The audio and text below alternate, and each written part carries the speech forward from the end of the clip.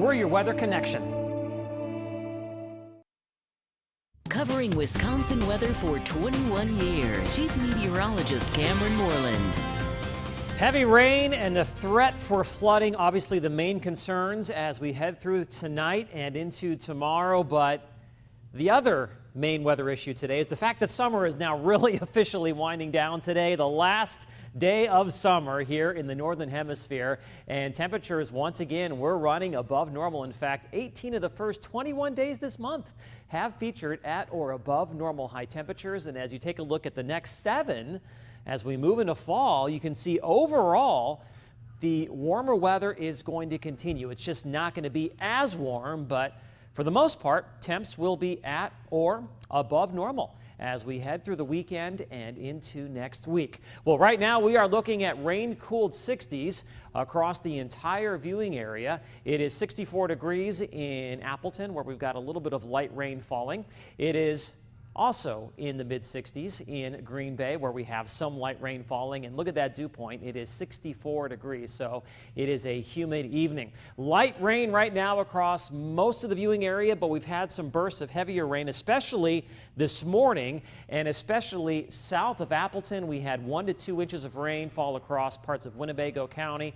Out across Waushara County, that's where the heaviest rain fell. Many spots picking up 2 to 3 to 4 inches of rain. We had a large area of heavy rain and thunderstorms across central Wisconsin a couple of hours ago.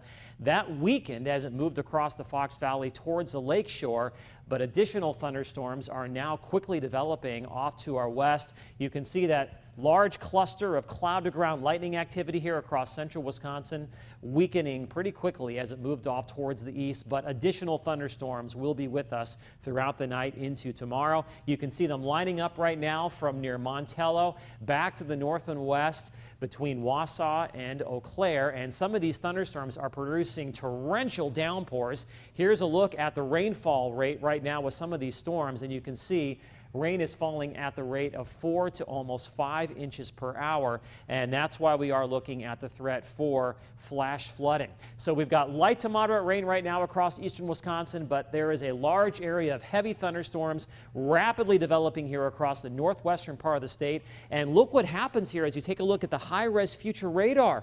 The thunderstorms just keep developing throughout the night. So there's going to be a massive area of heavy rain and thunderstorms overspreading Wisconsin throughout the night into tomorrow morning. This activity is developing north of a warm front that is going to stall out here across Wisconsin as we head through tonight into tomorrow and actually right into Friday as well. And with a stalled out front, we're going to be looking at storms developing in the same spot and then moving over the same place. We call that training thunderstorms, kind of like a train moving along the train tracks. And when that happens, you can get some really impressive totals.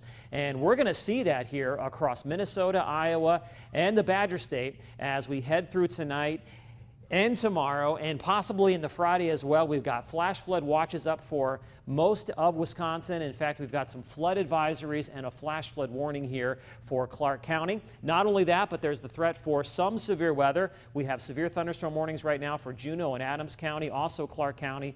Actually have a tornado warning here in northern Iowa. The best threat for organized severe weather is going to be to our west throughout the night, but some of those storms could be strong to severe, especially west of Lake Winnebago. The main threats would be damaging winds, large hail, and deadly lightning. But for most of the area, the main threat is going to be torrential rain. Very heavy rain tonight into tomorrow at times.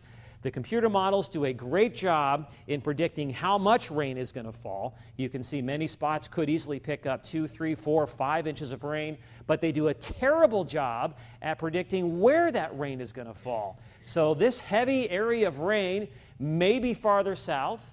It may be farther north, or it may be right here. We're just going to have to wait and see where those thunderstorms develop. Where we do see the heavy rain, we're going to be looking at the threat of urban flooding, ponding on roadways, also river flooding, and of course, there is that flash flood watch, so flash flooding is also a possibility. So tonight, look for showers and thunderstorms with locally heavy rain. Overnight lows will be in the lower 60s. Tomorrow, showers and thunderstorms. Once again, locally heavy rain is possible. High temperatures will be in the lower 70s for the first day of fall. The autumnal equinox is at 9:21 tomorrow morning. That frontal boundary still close on Friday, so a good chance for showers and thunderstorms. It dips south just a bit on Saturday, and then it comes back to the north on Sunday, which means another threat for rain and thunderstorms, especially Sunday evening into Monday. And then it looks like finally the front will drop farther south by the middle part of next week. Soggy outside. We're going to be waterlogged. We are. I mean, this is not what we typically see as we wrap up September and head into October. This is more typical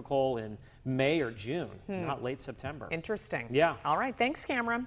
Well, it's among the first of its kind in Northeast Wisconsin.